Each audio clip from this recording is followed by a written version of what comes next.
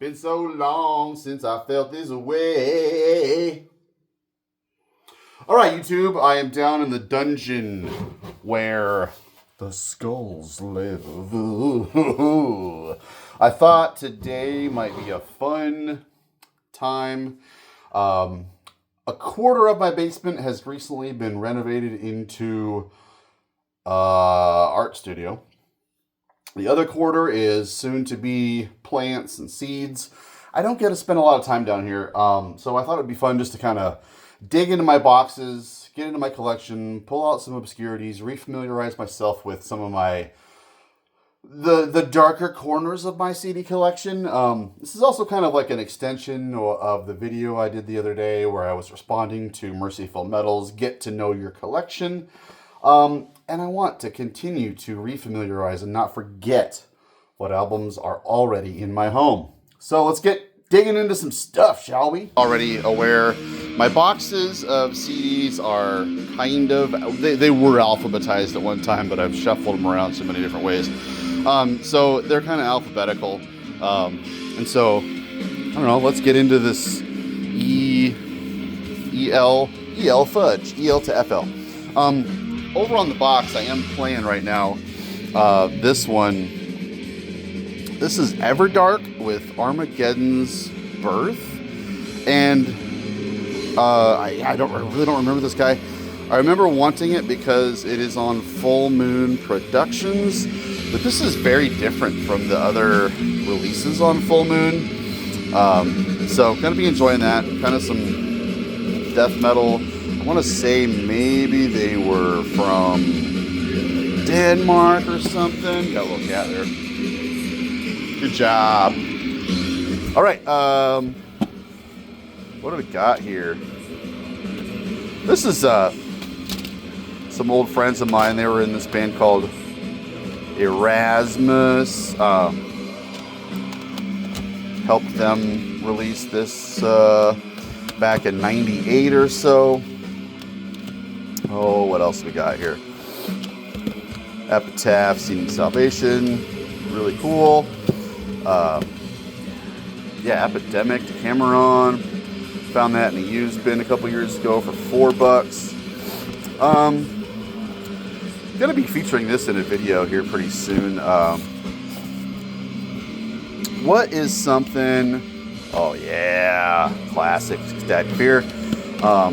So what is something I haven't listened to in a really long time? This Eructation is really killer. I never really listened to this very much. I couldn't really tell you what that sounds like much, but got that Excruciate demo album.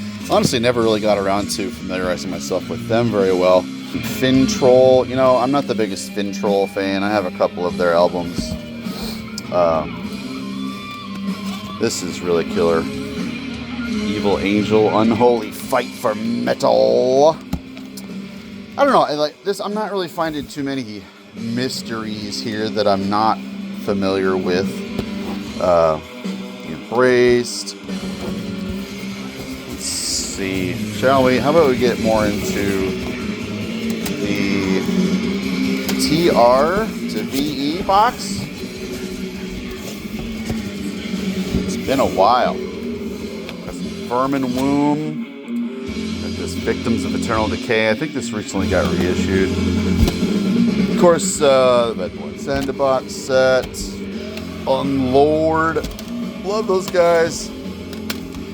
Got some compilations here. Brutal Aggression. It was a JL America compilation back in the day.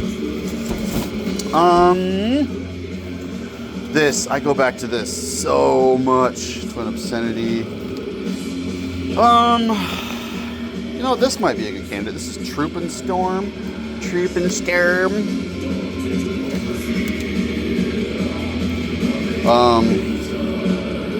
we do this? Let's do this. Let's pick this one out. Yeah. Oh yeah, Until Death Overtakes Me. That's a funereal doom band. shall we pick something from a different box? How about that? All right, we are in the money. We are in the money. We have Murmur. I'll tell you what. You know what? Our sponsor, Simon, Explosive Action, is always harping on me about this band. And yeah, they're from Australia. I have owned this for so long, and I couldn't tell you at all what it sounds like. I know he always says this isn't their best, but I probably ought to listen to that. So let's pick that. Let's dig a little bit more in here. Got some more to scold. Oh, geez. Gonna be seeing those guys live later on this year. Oh, yeah. Mordor. Recently picked up a legit copy of Son of Hypnos from Morpheus. Actually, legit Dark Symphonies, I should say. The shadows in here are kind of shit. Mystifier. What do we got? What are you? Oh yeah, Mystic. This is that fast black metal and ancient records shit.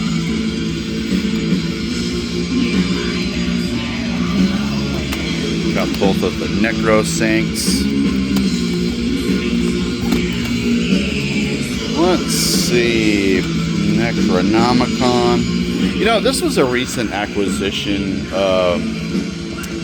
I have two of this band's albums, and I didn't really care for them, but I didn't really listen to them all that much. So, what do you say we pick this Necronomicon also? All right, looking into another M. Oh, what do we have? Look at this. We got some Mahavishnu Orchestra, Birds of Fire. It's been a long time since I listened to that one. I was thinking about this band the other day. I kind of missed listening to Magic Circle. It's been a long time. Of course, we got Moondark, Essential, Crucial stuff. What else is there? A little bit of Mayhem. Tell you what, I think this, I don't know. I got a toss up here. A couple of things that are jumping out at me. Kind of want to, get out of here, will ya? Couple of heavy hitter OGs here. We got Monasteer, another heavy hitter. Yeah, good shit there. Toss up between Monasteer and what else was I thinking of? Well, you know what? I already forgot it. What do we have here? This video is obviously more about just digging around than actually reviewing stuff, but this is killer.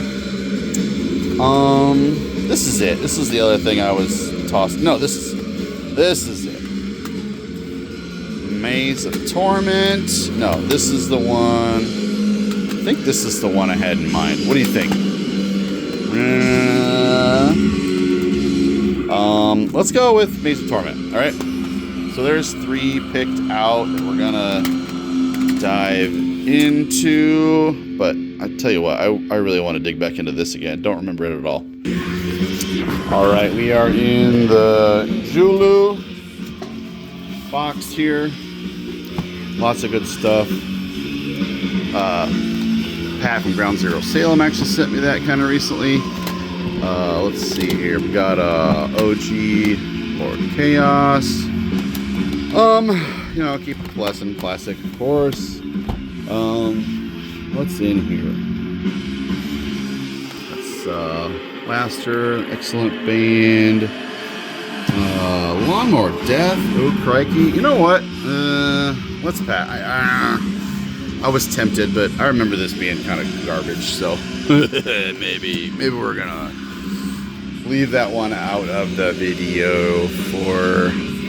Remember this band, Chthonic Cervix? I don't know. something older, something deeper. Got an old Catatonia slimline here, right before they got bad. Carmen Cantaya or whatever. I don't know what this is. This looks. Oh, this was a promo I think that Black Lion sent to me. I was thinking of Carmen Cantaya. Here's something. All right, I think this is my pick here. Kalpa, the Path of the Eternal Years. Don't really remember. I don't want to say this was like Southeast Asian something or other. Let's get in here. Oh, why do you exist? Fucking piece of shit. Kalpa. Looks cool. Let's get into that. All right. So we're doing Kalpa. We're gonna do Everdark, Tröen, Sturm, Maze of Torment, Nazxul, and Necronomicon. Does that sound like a good pile? Let's do that. All right, so yeah, you know the drill. Some random picks. Let's get into them, shall we? So, went down in the basement, pulled out some random picks at random, and I wanted to refamiliarize myself with a couple of titles that I've had in my collection for years, but just couldn't really recall what they were like at all. So, in the background, what you're going to be hearing is one of the picks, and I'm doing that because I'm having kind of a hard time, like, coming up with specific comparisons and parallels for this band's style, but it's awesome, and I want you to hear it. So we're starting this one off with Everdark. The band is called Everdark, Armageddon's Birth. So U.S.-based, upper New York, upstate New York, black death metal. I love this. This one kind of blew me away. I definitely haven't picked this up for a really long time. And the reason I picked this up mainly is because this was on Full Moon Productions, and it's really an outlier in the discography of Full Moon Productions because they put out lots of like Norwegian black metal, mainly European stuff, some USBM, like some real classics. But this one is just completely overlooked. You never hear about this band being brought up, and this is stellar. Unfortunately, this is just an EP, so it's like 25 minutes long or so, so maybe by the end of the video we will have gotten through the whole thing, but riffs are awesome, the tone really big and beefy. Sometimes it's like bestial and really kind of angry sounding. Nothing really too fast. I think they kind of keep their tempos around kind of like a thrash metal sort of speed or BPM or whatever. But when it's black metal, it's like kind of melodic stuff. There's some stuff that kind of seems to be harkening to like dissection-ish kind of around that area. So I'm really loving like all the different ideas and styles going into this thing. The production on it is just really, really, really sick. Left part, man, I look like a freaking leper right now. I've been working out in the yard and my arms are tore up, so don't get grossed out too much. But Everdark, really, really, really good. They followed this up with full length, maybe two, I think just the one.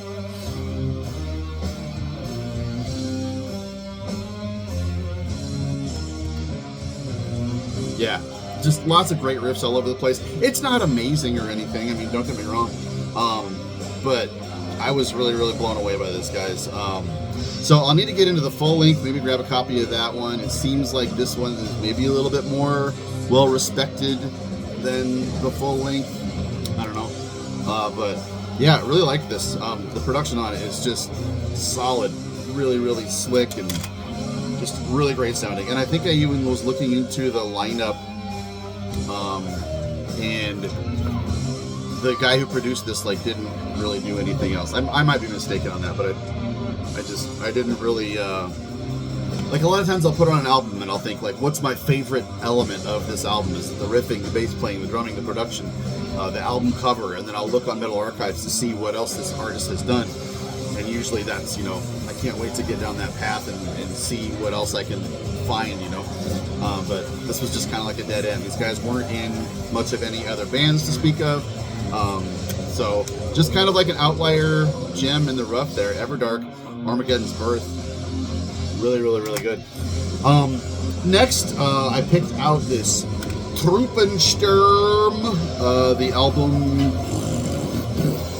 Fields of Devastation. So I picked this up in a thrift shop a couple of years ago, thinking, what in the hell is this doing in my thrift store? I saw that it was on Van Records, and I thought, you know, Van, great label, a lot of great stuff. I can't believe I've never heard of this. Picked it up, took it home, looked it up. Turns out Mylenwald from Ruins of Beverast plays drums in this band. So, like, you would think, awesome. This is probably going to be really, really good. So I remember taking it home, and like, there's no lineup info on this thing. There's nothing. It's just, it's so half-assed and understated. It's just dumb. So yeah, Mylenwald plays on it. So like, musically, it's okay. It's trying to be war metal, and it definitely has a World War II kind of aesthetic to it, and like, that's a pretty fraught territory of topics for me personally, because that can get into some kind of sketchy Nazi territory. But you know, I wouldn't say this is like overtly anything too disagreeable, other than it being just like really boring. It's like, take Black Witchery's stylings, where the riffing tends to be not just simplistic, but more simplistic than your average simple kind of music or metal, in a way that it's like they're grinding away that bad idea at you until you love it. And that works on me. I love some Black Witchery material. I really do. But I'm not going to sit here and say that it's like musically amazing or anything.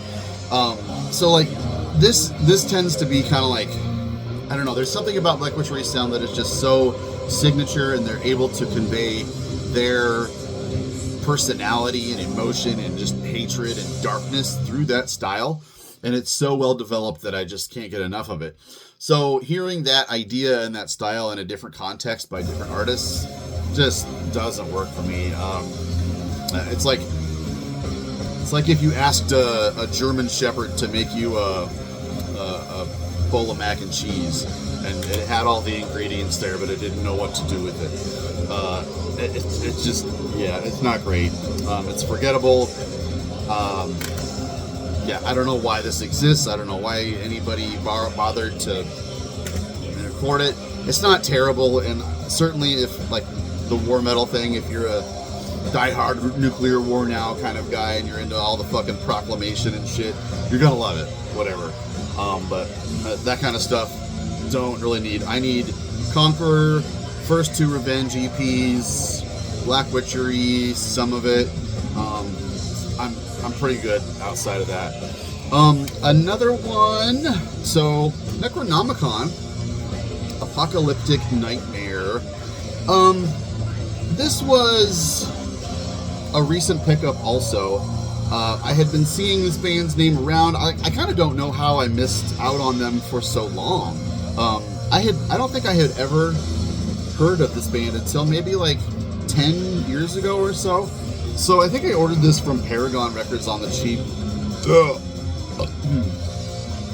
And upon revisiting it, I am hearing lots and lots and lots of destruction.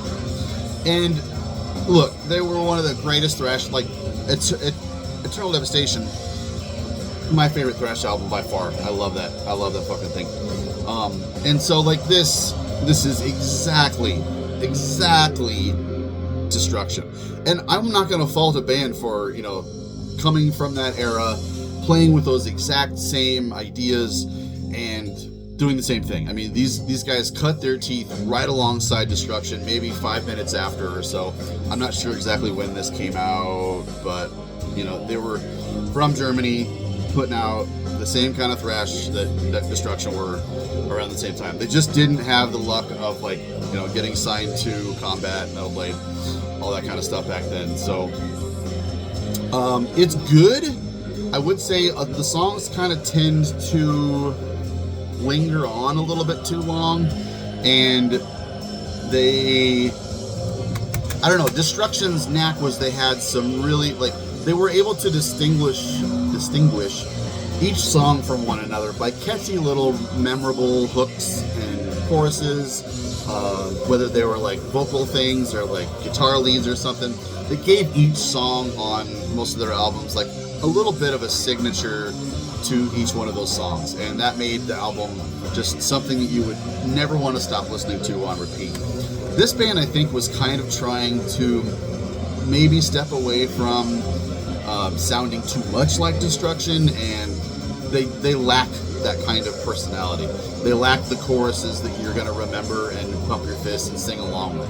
They're maybe a little bit more technical than Destruction in some ways, and I think that kind of might be a hindrance to the staying power that they have. I've heard people like their other albums. In fact, I have another one of their albums, I think, around here that I picked up kind of recently.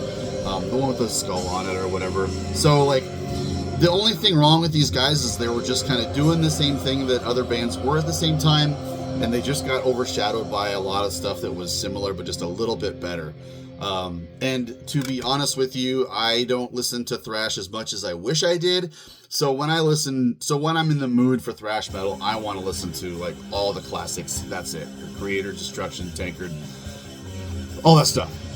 And so, like, I don't really have an appetite or a space in my life for like the B-tier thrash like I wish I did.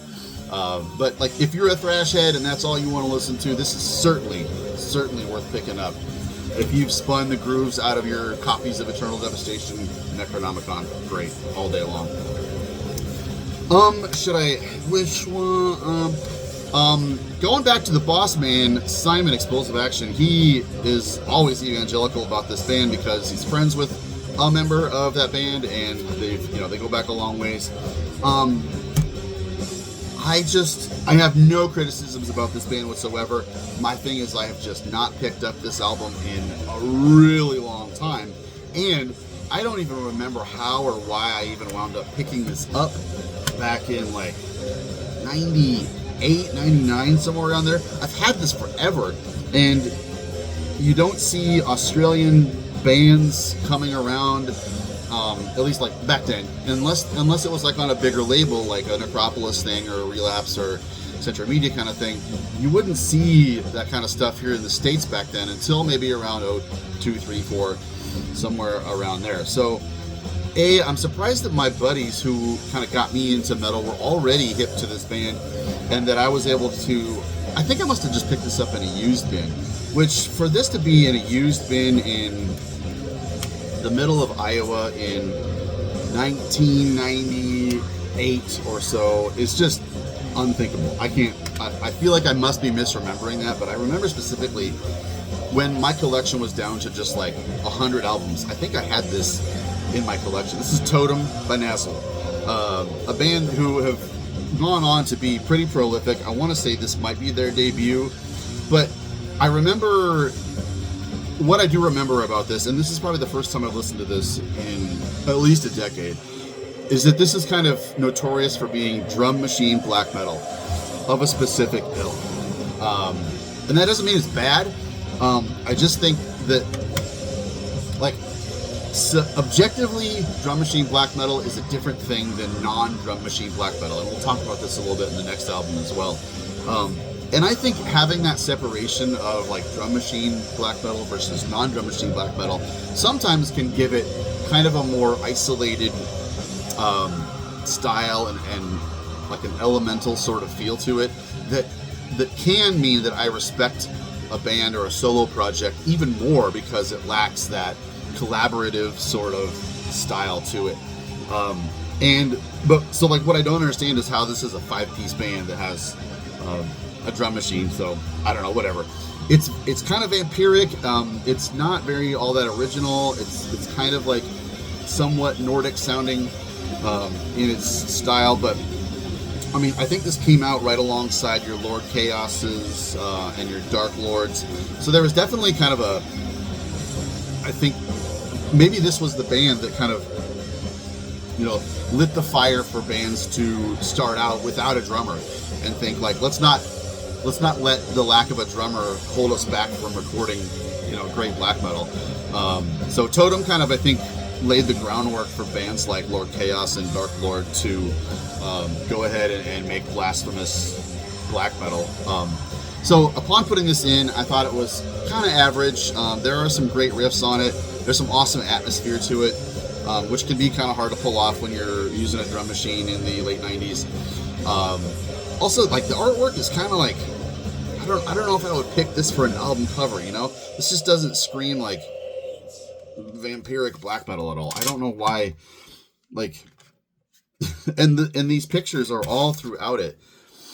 It's like, we looked so fucking cool with the shadows and stuff.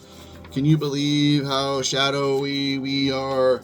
I mean, even if this was the album cover, like, that would have been fine. I don't understand it. It kind of seems like a convoluted, sort of clumsy debut to me, but it's pretty good, and it has a lot of potential to it. So I'm going to go forth, even though Simon has said, here's the Nazxul releases that you need. I think I might just start to listen to their discography chronologically from here forward, and just like get myself caught up. Yeah. So Aussie black metal with the drum machine, it's pretty good. Let me know what you think of it if you are familiar with Totem. And now, all right, we're back. I forgot to review one of the albums after reviewing the footage. So here we are with Maze of Torment. I know Devin's creaming in his little jeans right now. With The Force. It's playing behind me right now.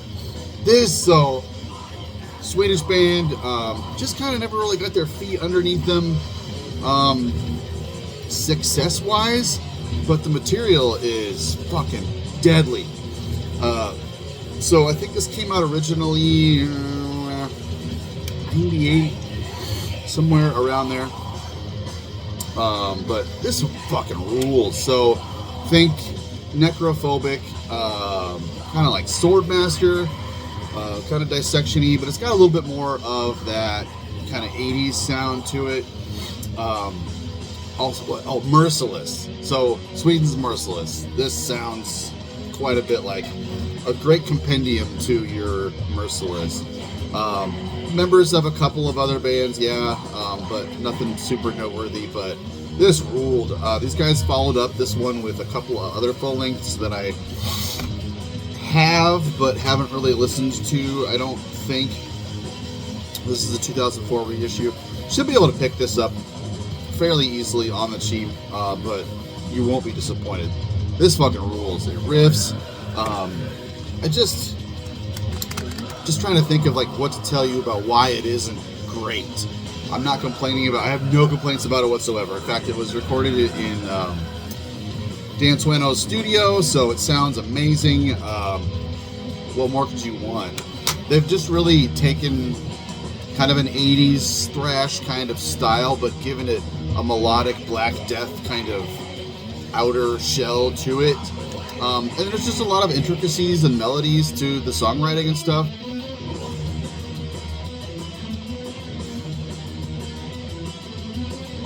This thing riffs, it sounds great, the performance is awesome, the songwriting is really awesome. What more could you want? If you're into necrophobic or merciless, definitely this should not be missed, especially if you have an undying love for merciless like I do. Check out The Force, Maze of Torment. Yeah! This is the gem. I forgot how good this was. This really like struck a nerve for me because this is the sort of thing I've been kind of hungry for lately, and it exceeded my memory of what it was. And dude, if there's anything in this whole video that you listen to, make it this one. This is Kalpa with The Path to the Eternal Years. South Korean black metal from 2002. Now again, artwork on here kind of whatever. It really needs a better band. In fact, if this would have been the band photo, or if this would have been the cover, this should have been the cover. Look at how big that fucking sword is. You're gonna fucking cut the top off a mountain. So drum machine black metal, it's highly melodic. I don't feel like South Korea has enough, like, not even like Southeast Asia has enough like stylistic contextual elements that I could reference and say this sounds like it's from there, you know. It kind of sounds like it's its own thing, but the vocals are intense and amazing. It's just really, really captivating to listen to. The great riffing, the very ambitious and complex drum machine programming, and the vocal performance on it is just awesome. It's kind of like chilling in a way. Songs are all about battles and war and stuff, and there's like horse hoof samples and stuff here and there. There's swords clashing and stuff. There's all kinds of stuff leaping out at you from this album. And at the base of it, there's not a bad riff on this fucking thing. The melodies and harmonies are just awesome. It's super fun to listen to. It's just really, really musical.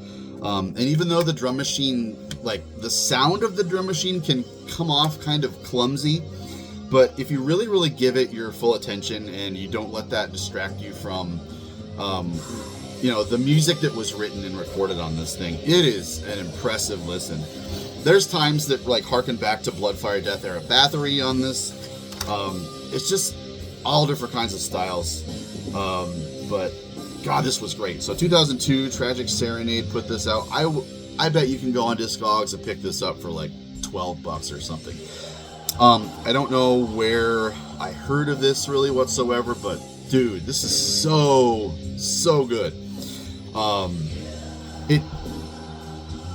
Even though it has kind of like a war sort of theme to it, it's not like overtly blasty like you might think, a war themed kind of thing like this might be. Or there are some Southeast Asian bands like Impiety that can be, which I think are now like relocated to Central America, can come across a little bit too like blasty or like, just intense all the time. These songs styles have so much depth to them, and there's so much ebb and flow to the intensity and to the style and to the atmospherics to the album. Dude, I want to give this a big pat on the back. There you go, bud. Good job, Kalpa. This is the only thing he ever did. I think there was maybe a demo or something, but the band existed. I think this material dates back to the mid-90s. And he just kind of didn't really get a lineup together to be able to put this music to record until 2002. There's a lot of, I think, releases like that you might discount for coming out around like after the turn of the century, and you might think like, oh, this isn't 90s black metal.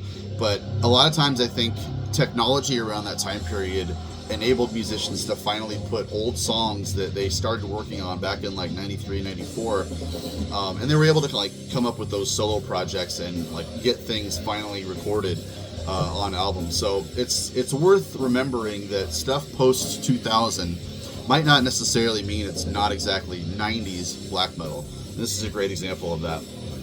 Check out Kalpa, check out Everdark, the other ones, yeah, kind of whatever. So this was fun. I loved digging back into my collection for some things that I've just kind of like had in the back of my head that have been just like rotting away in boxes in my basement for a couple of years now.